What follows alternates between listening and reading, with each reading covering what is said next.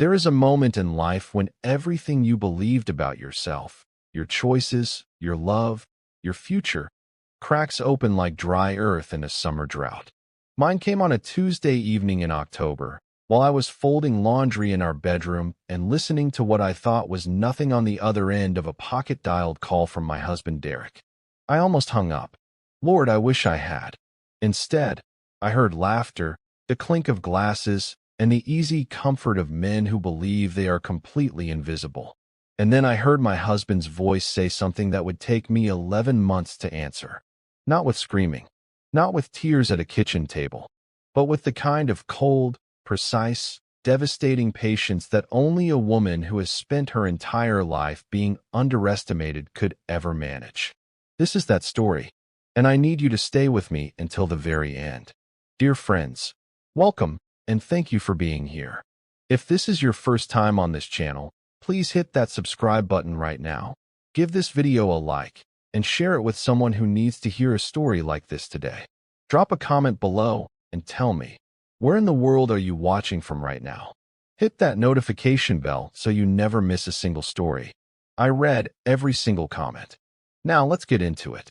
Christine Marie Harmon was 51 years old and had spent the better part of 2 decades building a life that looked, from the outside, like the kind of American dream people put on Christmas cards.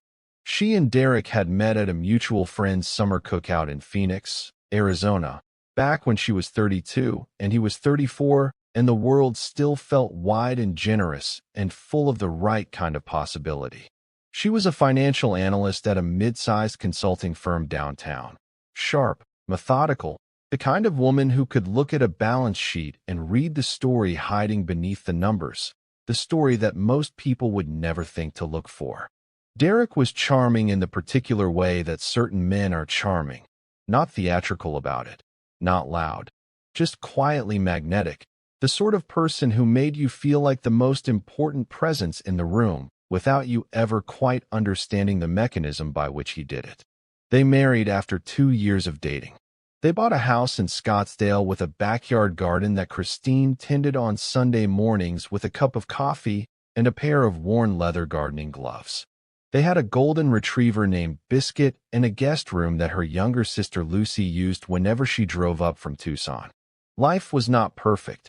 No honest life ever is. But it was steady and real and built on what Christine believed with her whole heart was mutual respect, genuine partnership, and love. She had supported Derek through 2 failed business ventures in their early years together, once pulling nearly $40,000 from her personal savings to keep his second startup from dissolving entirely. She did it without resentment, because that is what you do for the person you have chosen. She did it because she trusted him completely. She did it because she was, at her deepest core, a woman who believed that loyalty was its own irreplaceable currency. The red flags, she would tell herself later, had always been present. She simply had not been interpreting them correctly. Derek had started arriving home later in the evenings roughly 18 months before that Tuesday in October. He told her it was a demanding new client. Long dinner meetings, follow-up calls that stretched past 9 o'clock, the ordinary inconveniences of serious business. She believed him because he had always been a dedicated man. She told herself that his new habit of keeping his phone face down and password locked was just a privacy preference. He had always been a private person.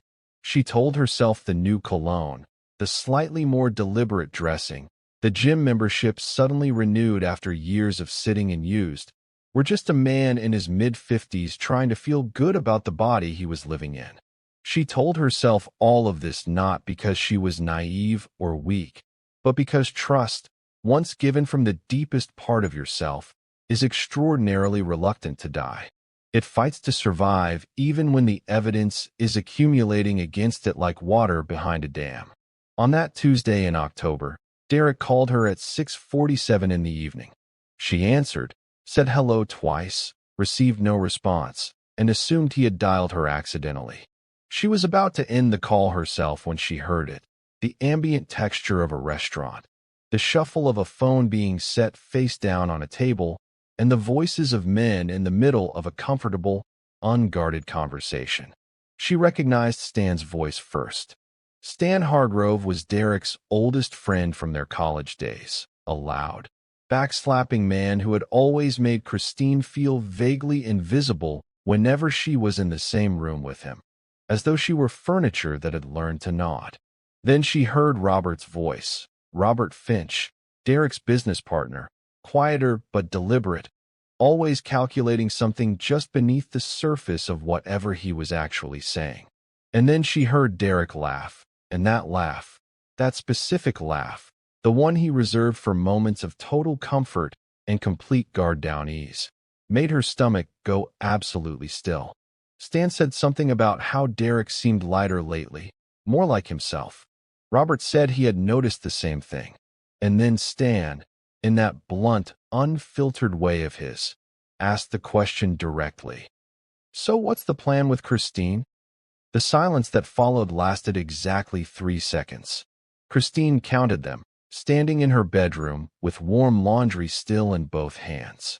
Derek's voice came back easy, almost offhand, the way you discuss something that has already been decided.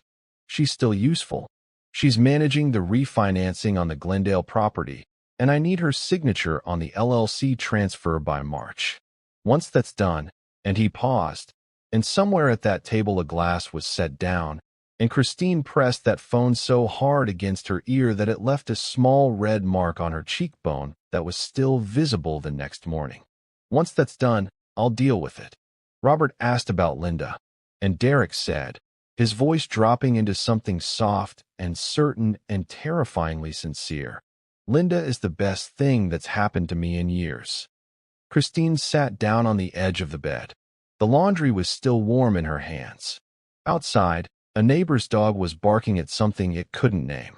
The lamp on the nightstand cast its familiar amber circle of light across the room exactly as it always had. Everything in that bedroom looked precisely the same as it had 60 seconds ago. The furniture, the curtains, the framed photograph from their trip to the Grand Canyon. All of it completely unchanged. And yet the woman sitting on that bed was not the same woman who had answered the phone. She did not cry. That was the thing that surprised her most, later. She had always assumed, the way we all assume, that a moment like this would shatter her immediately, that she would fall apart in some loud and visible way.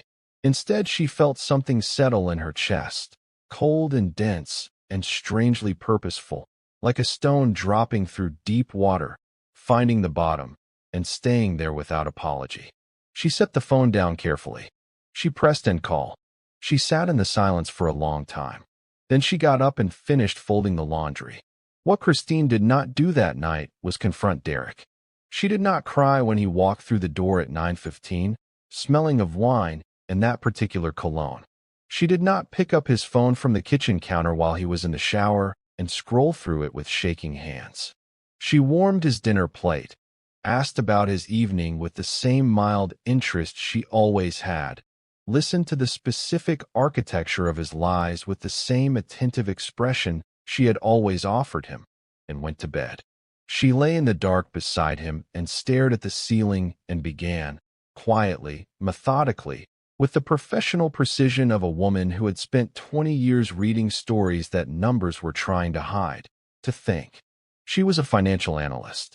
She understood leverage. She understood the fundamental difference between reacting and responding. She understood that the most dangerous thing she could possibly do right now was let Derek know that the terms of the situation had changed. As long as he believed she was still the trusting, devoted Christine he had always taken for granted, she held the only advantage that would ever truly matter: complete surprise. The next morning, Christine called her sister Lucy from a parking garage at work, sitting alone in her car with the engine off and her voice entirely level. She told Lucy everything. The call, the conversation, the name Linda, the mention of March and the LLC transfer, the exact tone of Derek's voice when he said the words "still useful." Lucy, who had never fully trusted Derek in 20 years and had said so exactly once before Christine asked her never to say it again, went very quiet in the particular way that people go quiet when they have been waiting years for permission to speak. She did not say, "I told you so." She said, "Tell me what you need." Christine said she needed two things: a very good attorney and absolute silence. Lucy said she knew someone, a family law attorney in Phoenix named Margaret Holloway, who had a reputation for being both exceptionally thorough and exceptionally discreet. They met 3 days later. Christine laid out everything she knew and everything she suspected, speaking clearly and without visible emotion for 45 minutes. Margaret listened without a single interruption, and when Christine finished, she looked across the desk and said, "You're already ahead of most people who come to me. Let's keep it that way." Over the next 4 months, Christine became a different kind of student. She had always been skilled with numbers, but now she applied that precision to something deeply personal: the systematic documentation of every financial move Derek had made over the previous 3 years.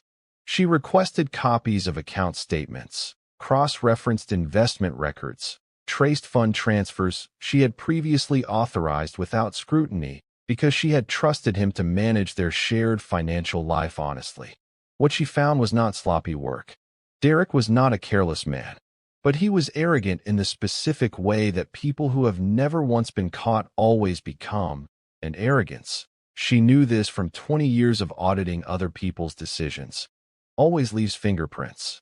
She found evidence of money being moved quietly into accounts whose existence she had never been informed of.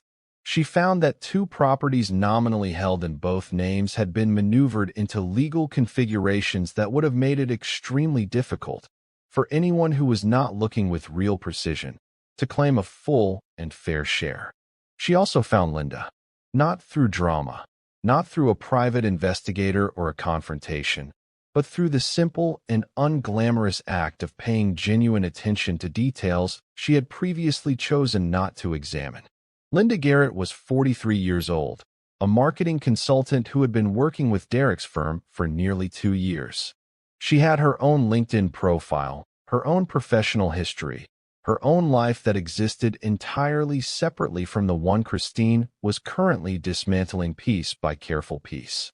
Christine did not hate her the way she might have expected to feel hate. What settled in instead was something more complicated: a weary recognition that Linda almost certainly did not know the full architecture of what Derek had constructed around himself, the way he had used Christine's earnings, her excellent credit, her professional signature, to build the financial foundation that made his entire lifestyle possible. Linda had probably been shown the same version of Derek that Christine herself had been shown at a summer cookout in Phoenix 20 years ago, when he was charming in that particular quiet way of his, and the world felt wide and full of right possibilities. The LLC transfer was scheduled for March 15th. Derek had been raising it with increasing regularity since the new year began, framing it each time as a routine administrative restructuring of the Glendale property, a paperwork exercise, really, designed to reduce their joint tax exposure and simplify the overall asset structure. Christine had nodded along thoughtfully, asked a handful of surface-level questions that sounded like the questions a trusting woman would ask, and told him she would look it over carefully before signing. She did look it over. She looked it over with Margaret, and with a second attorney Margaret brought in, a man named Thomas who had spent 30 years specializing in real estate law and who had the quality that the very best attorneys possess, which is that nothing surprises him anymore. What the document actually did, buried specifically in its Third Amendment clause, drafted in language dense enough to exhaust anyone reading casually, was transfer Christine's full equity share in the Glendale property into a holding company that, traced back through 2 layers of incorporation, belonged entirely and solely to Derek. Had she signed it, she would have forfeited her legal claim to an asset currently valued at $430,000. She did not sign it. On March 13th, 2 days before the scheduled notarization, she called Derek and told him she needed a few additional days to review it with her own financial advisor. A completely reasonable request for any co-owner of a significant property to make, and one he could not challenge directly without revealing that he had a specific reason for not wanting her to look too carefully. He challenged it anyway, gently, but with a particular undertone she now recognized for exactly what it was. He said the deadline mattered, that the attorney had a full calendar, that Christine was overthinking something routine. Christine listened to all of it and said, calmly, "I just want to make sure I fully understand what I'm signing, Derek. You know how thorough I am." He said, "Of course, no problem. Take whatever time she needed." He hung up, and then, through means Christine preferred not to detail publicly, but which involved a conversation she had not engineered, he called Robert Finch and said that Christine was asking questions and that he might need to accelerate the timeline. That second piece of intelligence did not come from a pocket dial. It came from Robert himself, because it turned out that Robert Finch, Derek's trusted business partner of 11 years, had a conscience that had been quietly eroding for months under the accumulated weight of everything he knew and had chosen to stay quiet about. Robert had been present for more conversations than that one at the restaurant. He had watched Derek structure deals that were, at the very minimum, ethically compromised and in certain specifics potentially far beyond that. He had remained silent because Derek was his partner and because business, in Robert's long experience, required a certain tolerance for the behavior of complicated men. But when Derek called him and said to move the timeline up on Christine because she was asking questions, something inside Robert finally shifted in a way he could not ignore. He had 2 daughters. He had an ex-wife he had not treated as well as he should have when he was younger. He knew, in a way that settled heavily in his chest, exactly what it looked like when a man had determined that a woman had served her purpose. He called Christine from a coffee shop on a Saturday morning, and he said simply, "I think there are things you need to know." They met in person the following week. Christine brought Margaret. Robert brought nothing except a flash drive and the expression of a man who had not slept with any real peace in quite some time. What was on that drive was not explosive in the way that people expect drama to be explosive. There were no photographs, no recorded confessions, nothing designed for a headline. There were financial records, emails with timestamps, transaction documentation of the kind that does not make compelling television but makes absolutely devastating court exhibits. Margaret went through the contents in complete silence, making notes in her careful handwriting, and when she finished, she looked at Robert across the table and asked him one question: was he prepared to be deposed? Robert looked at the table for a long, visible moment. The room was quiet. Then he said yes. Christine thanked him. She did not tell him that it was okay, because it was not okay, and she was no longer managing her words for the emotional comfort of people who had allowed this to unfold around her. She thanked him, and she genuinely meant it, and she left. On April 3rd, Christine filed for divorce. Derek was served at his office at 11 in the morning on a Wednesday, while he was sitting in a meeting with 2 clients whose opinion of him he valued considerably. Christine was not there to witness his face in that moment. She did not require that. What she knew was that the filing arrived with an emergency motion, prepared by Margaret over the preceding 6 weeks with the methodical care that Margaret brought to everything, requesting an immediate freeze on the sale, transfer, or restructuring of all jointly held assets pending the full divorce proceedings.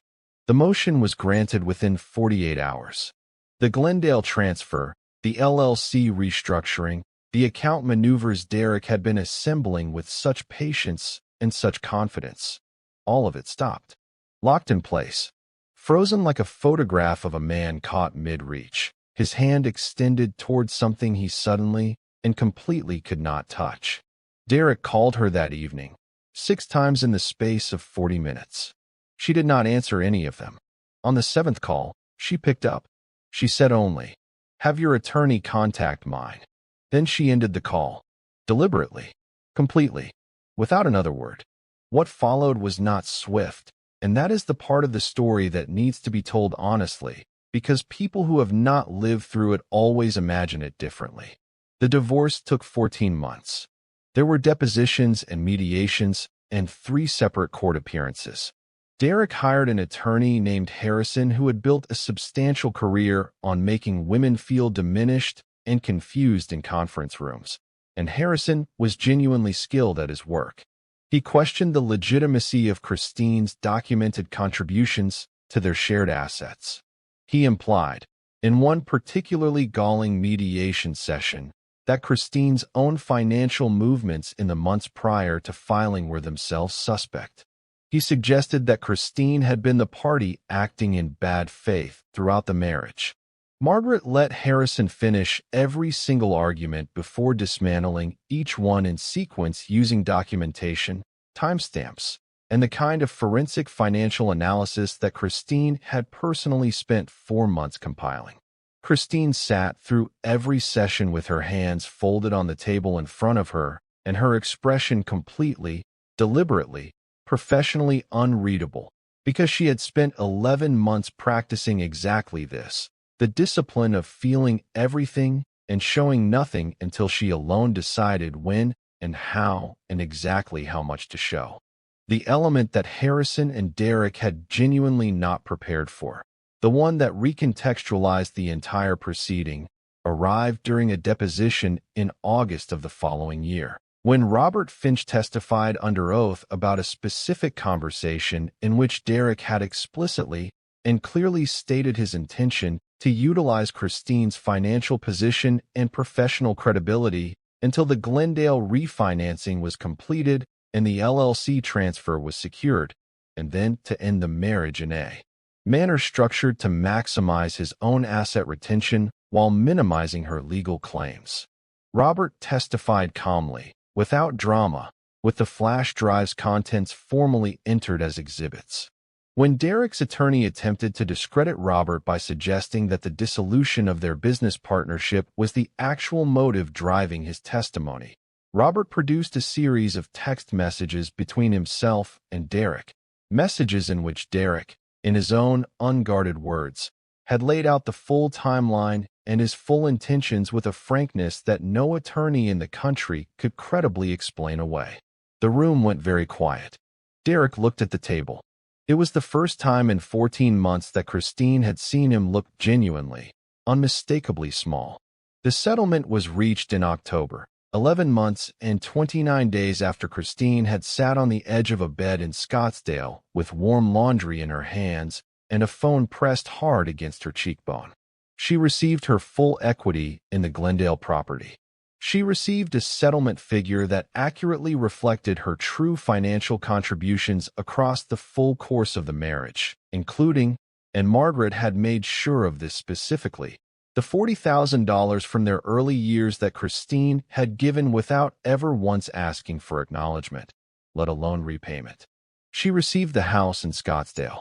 Derek received a substantially diminished portion of what he had spent years carefully and confidently repositioning for himself, and he received the particular and permanent knowledge that the woman he had called still useful had been, in the final accounting, precisely that, but not in any manner he had ever anticipated or intended.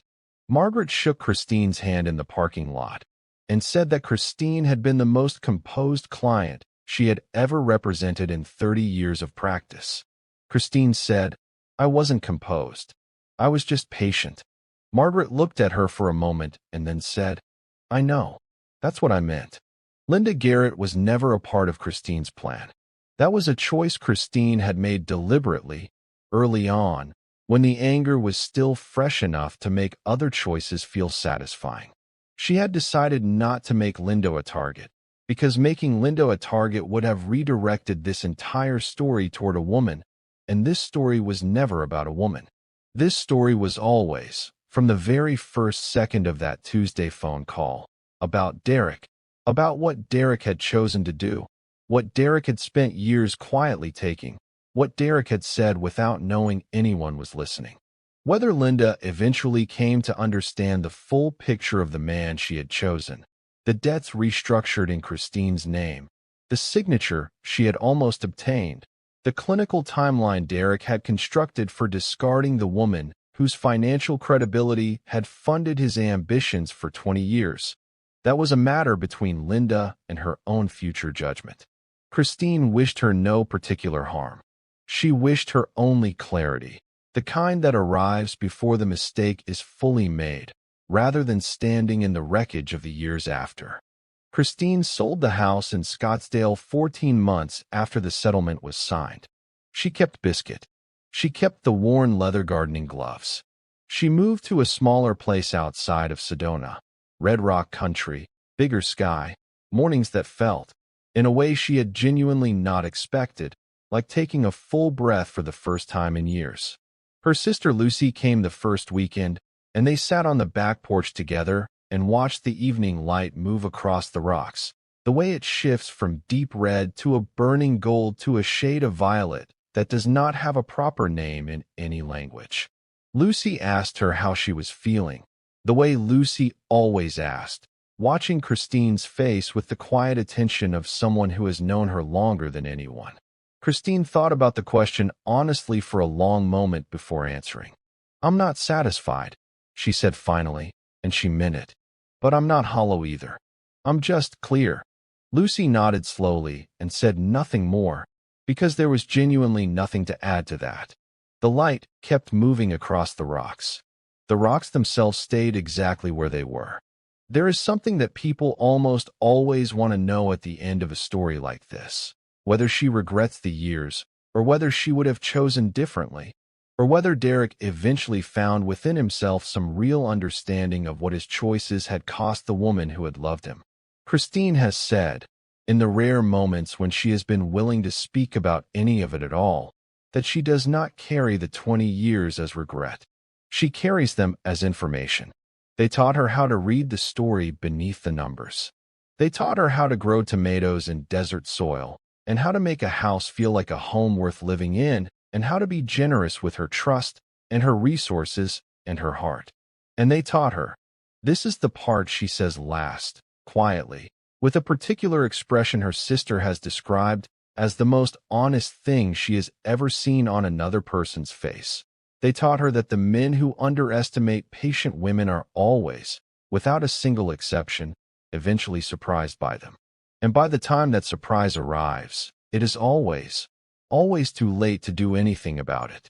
Friends, if this story moved you, if it made you feel something real, please hit that like button right now and leave a comment below. Tell me what part hit you the hardest. Tell me what Christine did that you are still thinking about. Share this with someone who needs to hear it today, a sister, a friend, a woman you know who is sitting quietly and thinking. Subscribe if you haven't already, because we have more stories just like this one waiting for you. Every comment, every like, every share is what keeps these stories alive. Thank you for watching all the way to the end. That means everything, and so do you.